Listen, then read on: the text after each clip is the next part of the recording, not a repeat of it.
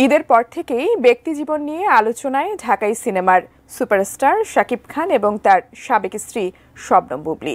কোনো এক অজানা কারণে বুবলীর দিক থেকে মুখ ফিরিয়ে নেন শাকিব খান, এমনকি বুবলীর নামও শুনতে চান না তিনি। এবার জানা গেল বুবলীর জীবনের অজানা এক অধ্যায়ের কথা। কি আছে সে অধ্যায়ে, আর সেটা ফাঁস করলেই বা কে? তোমাকে আসলে একটা কথা বলা হয় নাই, আমার তো বিয়ে ঠিক হয়ে গেছে।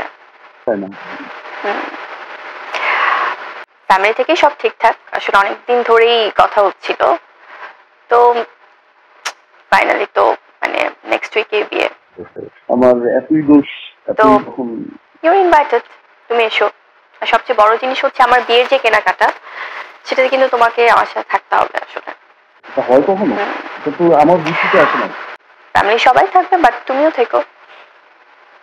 এই এত মাস তো চেষ্টা করলাম, দেখলাম, ভোট করলাম, তোমরা তো মনে করো যে অন্যায়ের জন্য তোমার কোনো প্রবলেম আছে? অন্যায় করলে পর তো তার একটু সরি ফিল করা উচিত। কি প্রবলেম? কারণ 8টা মাস তো দেখলাম। কেন?